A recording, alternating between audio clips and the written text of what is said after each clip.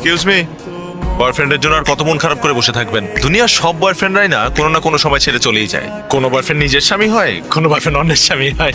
তবে আপনার বয়ফ্রেন্ড কিন্তু একটা কাজ খুব ভালো করেছে, ছেড়ে চলে গেছে ঠিকই, কিন্তু যাওয়ার আগে অন্য একজনের হাতে তুলে দিয়ে গেছে। আপনি ঠিক সকাল থেকে আমার সঙ্গে ফ্লার্ট করছেন না? এটা ফ্লার্ট না, আমি তো আগেই বলেছি আমি স্বপ্নবাজ মানুষ, আমি স্বপ্ন দেখতে ভালোবাসি। আপনার কি টাইপের ছেলে পছন্দ? আমার বয়ফ্রেন্ডের মতো। হ্যাঁ অবশ্যই, আপনার বয়ফ্রেন্ডকে তো আপনার ভালোই লাগবে, আপনাকে ছেড়ে চলে গেছে না। এই যে শুনুন, আমার বয়ফ্রেন্ডের নামে না কোনো আজে বাজে কথা বলবেন না, হ্যাঁ? এখনো ভুলতে পারিনি ওকে, ভোলার প্রসেসিং চলছে। আল্লাহ, এই প্রসেসিং যাতে খুব জলদি শেষ হয়। একটা ছেলের মধ্যে কি কি বৈশিষ্ট্য থাকা প্রয়োজন?